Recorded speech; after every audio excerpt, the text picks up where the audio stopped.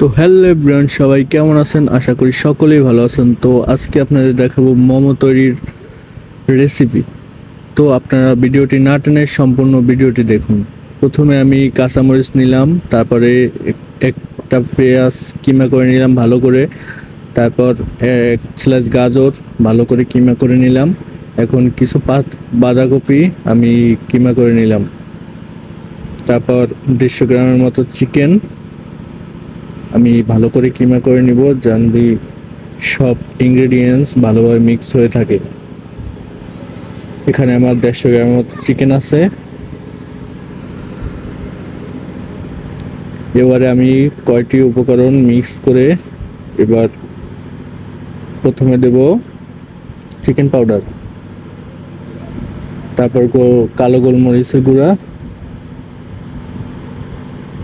White paper, লবণ পরিমাণ মতো, আর একটু চিনি পরিমাণ মতো,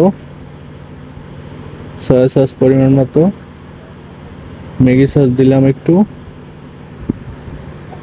ওয়েস্টার সস দিলাম একটু।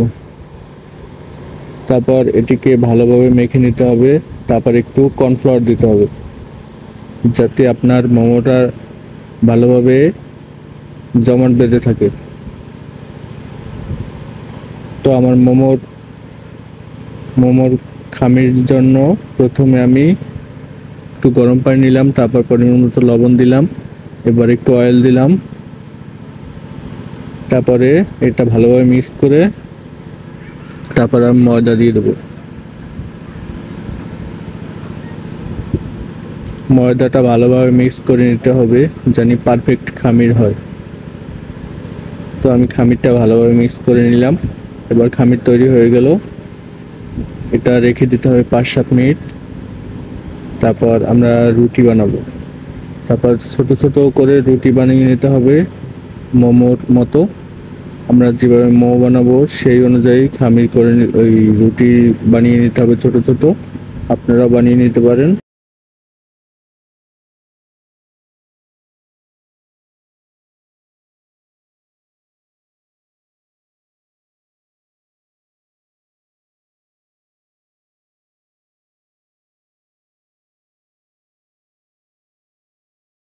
তো এবারে আমি মোমোর সস তৈরি করে নেব। প্রথমে তেঁতুলের চাটনি নিলাম, তারপর চিনি, একটু লবণ,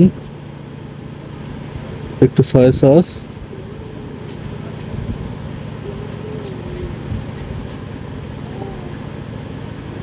এবার দেবো চিলি ফ্লেক্স, একটু হোয়াইট পেপার, একটু ভিনেগার, একটু পানি।